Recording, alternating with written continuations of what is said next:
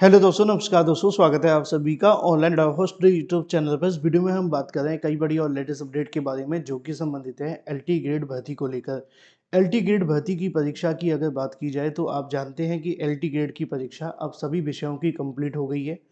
6 दिसंबर 2025 से शुरू हुई परीक्षा 25 जनवरी 2026 तक अब जाकर के फाइनली समाप्त हुई है। परीक्षा समाप्त होने के साथ ही अगर बात की जाए इस भर्ती को लेकर तो सबसे बड़ा जो सवाल बना हुआ था एलटी ग्रेड परीक्षा के बारे में वो यही था कि क्या ये एग्ज़ाम सही सलामत हो पाएगा, क्योंकि यूपी के अंदर किसी परीक्षा का होना एक बड़ी चुनौती है। पहली सबसे बड़ी चुनौती तो यही है कि विज्ञापन आ जाए। अगर आसानी से विज्ञापन आ भी जाए तो दूसरी चुनौती ये होती है कि वो परीक्षा सही समय पे हो जाए। और परीक्षा होने की बात कहीं न कहीं आगे की जो प्रक्रिया है वो तो बोनस है ही है। लेकिन अच्छी बात ये है कि फाइनली एलटी ग्रेड की परीक्षा अब जा कर के कंप्लीट हुई है।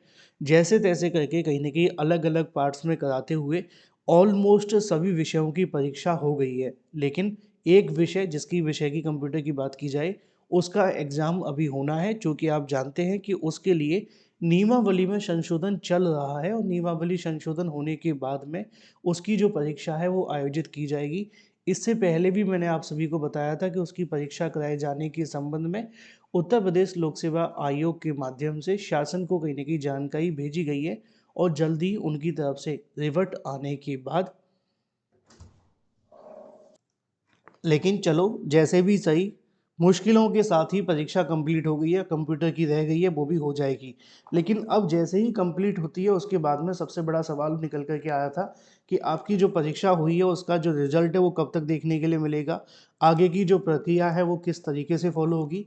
अब इसी के साथ साथ एक और सवाल रहता है कट ऑफ के बारे में, चाहे वो अगर बात की जाए अभी हाल ही में हुई परीक्षा की कट ऑफ हो या 6 दिसंबर को हुई परीक्षा की कट ऑफ, क्योंकि 13 लाख से ज़्यादा अभ्यर्थियों ने आवेदन किया है। तो इस एलटी ग्रेड में ये रहा, अगर बात की जाए सभी विषयों के कट ऑफ पे इस वीडियो में हम कवर करने जा रहे हैं। लेकिन साथ ही साथ एक जानकारी मैं आपको और दे दूं कि भाई जिन अभ्यर्थियों की परीक्षा अभी होने वाली है एलटी ग्रेड की उनके लिए और जीआईसी प्रवक्ता वाले अभ्यर्थियों के लिए, आपको पता है कि 95% एग्जाम में जो क्वेश्चंस आए हैं एलटी ग्रेड में वो हमारे इसी क्रैश कोर्स में से देखने के लिए मिले हैं। और इसी सफलता को आगे कंटिन्यू करते हुए हमने जीआईसी प्रवक्ता का भी कोर्स लॉन्च कर दिया है। और ये कोर्स वैसे 799 का है लेकिन आपको मिलेगा मात्र 399 में।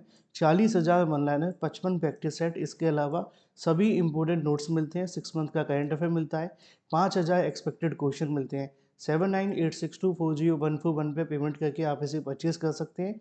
और जिन अभ्यर्थियों की एलटी ग्रेड का एग्ज़ाम है उनके लिए मात्र 149 के अंदर आपको ये कोर्स मिलेगा, लेकिन दोनों कोर्स अलग अलग हैं, ये अलग है ये अलग है। तो आज ही परचेज कर लें 7986240141 पे व्हाट्सएप करके। चलिए बात कर लेते हैं कट ऑफ के बारे में, किस विषय की कट ऑफ कितनी देखने के लिए मिलेगी। अब देखो एलटी ग्रेड में क्या है कि सभी विषयों का अपना अपना सिनारियो है। अब जब कट ऑफ की बात आती है तो दो तीन चीज़ें बड़ी महत्वपूर्ण होती हैं। पहली होती है कि उस विषय में पदों की संख्या कितनी है। दूसरी होती है कि पदों की संख्या के साथ साथ कितने छात्रों ने आवेदन किया है।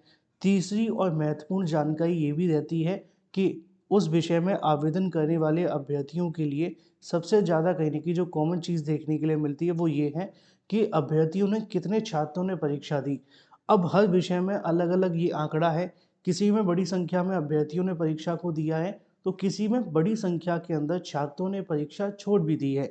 तो अब ये सारे सिनेरियो आपको समझने पड़ेंगे। सबसे पहले मैं आपको बता दूँ कि आप जितने भी अभ्यर्थी परीक्षा देकर के आए हैं, आपने कितना स्कोर किया है पहले उसको कमेंट कर दें, फिर मैं आपको तो कट ऑफ बताने जा ही रहा हूँ इस वीडियो में।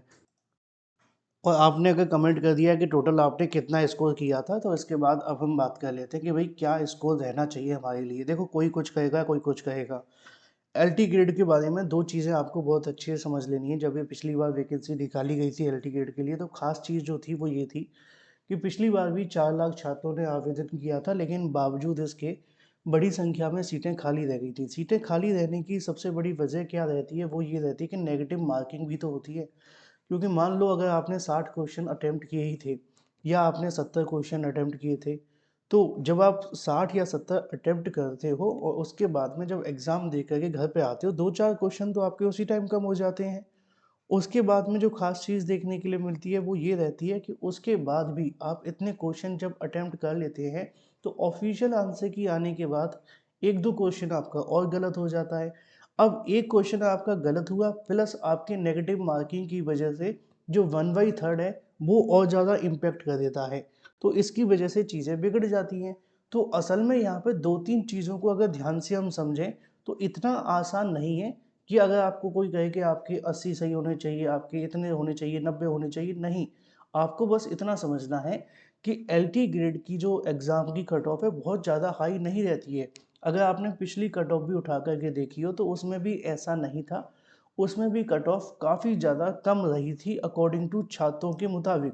ठीक है, आपने अगर ऑफिशियल देखा हो 3 लाख छात्रों ने तो आवेदन किया ही था ना, तभी तो 5,000 सीटें खाली चली गई थी। तो सही मायनों में नेगेटिव मार्किंग एक बड़ा इफेक्ट ला देती है आपके एग्जाम में, और ये इफ़ेक्ट आप सभी के इस बार की वैकेंसी में भी देखने के लिए मिलेगा।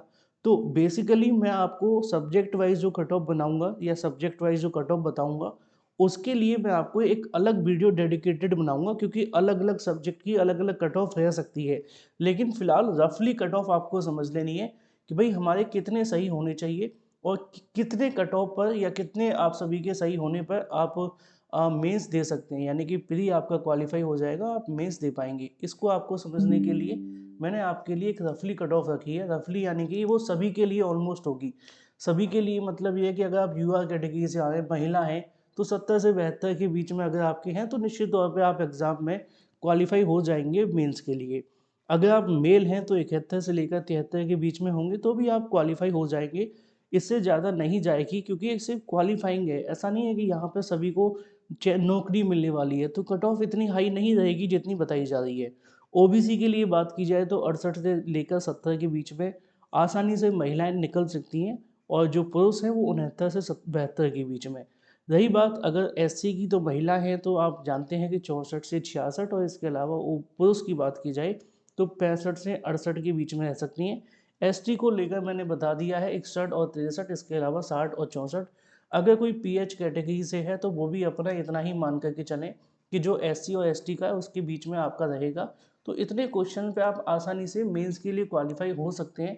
हाँ, अगर आपका इससे कम है तो आपको निराश होने की आवश्यकता नहीं है, क्योंकि बहुत सारे अभ्यर्थी होंगे इससे भी कम होंगे। कोई तो क्वालिफाइंग नहीं करेगा। तो इंतजार करें रिजल्ट आने का, कट ऑफ आने का। पहले से किसी बात को लेकर परेशान ना हो, डिप्रेस ना हो, क्योंकि फाइनली जब तक ऑफिशियल कट ऑफ नहीं आ जाती तब तक आपको इंतज़ार करना चाहिए। तो ये कट ऑफ रह सकती है। फिलहाल एग्ज़ाम हो गया है, एग्ज़ाम होने के बाद में मैं एक बार फिर से एनालाइज़ करूँगा और डिटेल कट ऑफ को लेकर एक वीडियो अपलोड करूँगा बहुत जल्द। चैनल को सब्सक्राइब करके बेल आइकन को दबा लेना, वीडियो को लाइक कर देना।